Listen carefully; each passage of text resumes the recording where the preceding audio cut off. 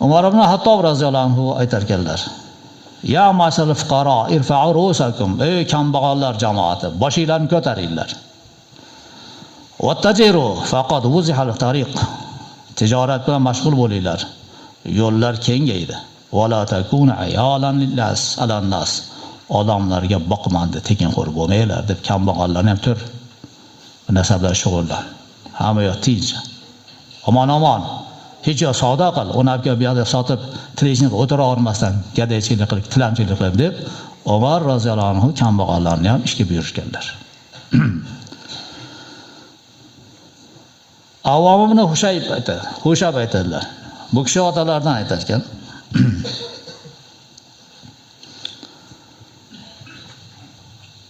Abu Solihdan aytar ekan. Abu Solih Umar roziyallohu anhuning xizmatkorlari ekan, mavlolari ekan.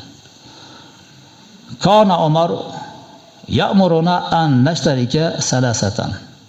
Fayajdibu wahidun wa yabi'u akhar wa yaghzu as-salisu fi sabilillah ta'ala. Umar bizlarga 3 kishi sherik bo'linglar deb buyurdilar. Bittasi bolab keling, bittasi soting, bittasi Xudo uchun g'azotga chiqing. Uchala sherik bo'linglar dedilar. Tushundinglarmi? 3 kishini sherik qilib qo'yar ekan. Demak, bittasi tashqariga chiqib mol olib kelar ekan, bittasi kelgan molni sotar ekan, bittasi jang maydonida jang qilar ekan, sherik ekan, navbat bilan. Avom aytadilar. Abu Solih aytganda: "Va ra'aytuhum rabitan bis-sahil. Qala nahnu salasatun shuraka va hazihi navbati fil ghazw." Hozir aytayotgan Abu Solih aytayaptilar.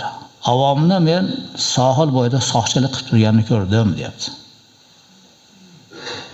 Postda turgan ekanda, sohil degani suvni qirg'og'i.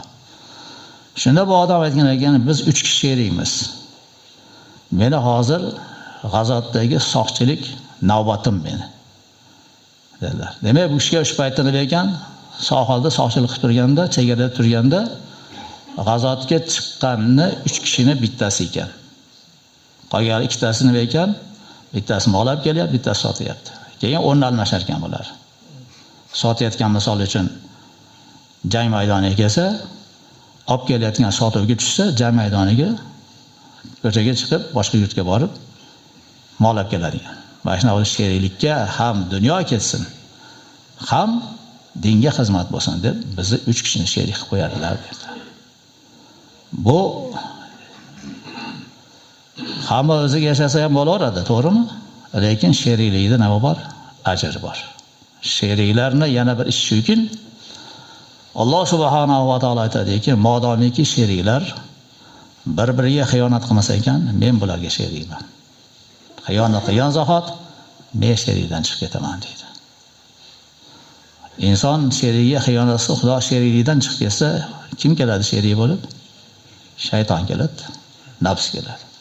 Shuning uchun bizdagi odamlardan barakani ketishi, biriga birini ishonmay qo'yganligi, xoinligi bor. Bilmaydi deydi. Keyin joyi qo'yib qo'yaman deydi. Mana shu insonni kasbidagi halolligini, barakotni yo'q qiladigan ish sherikka xiyonat qilish. Odamlar bir-biriga muzorabaga pul beradi-yu.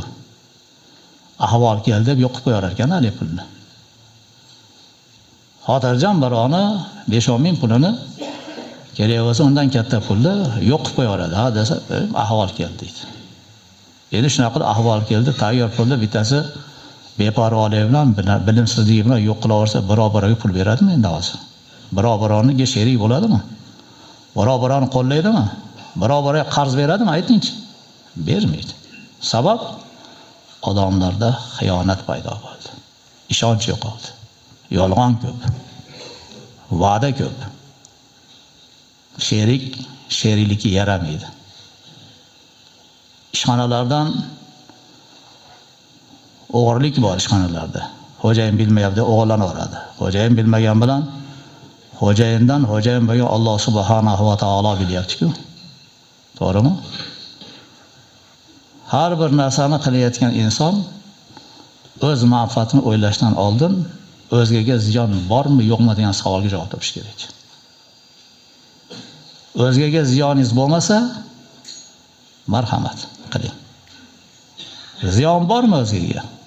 Bunda ish chekkasi zidiga ketadi.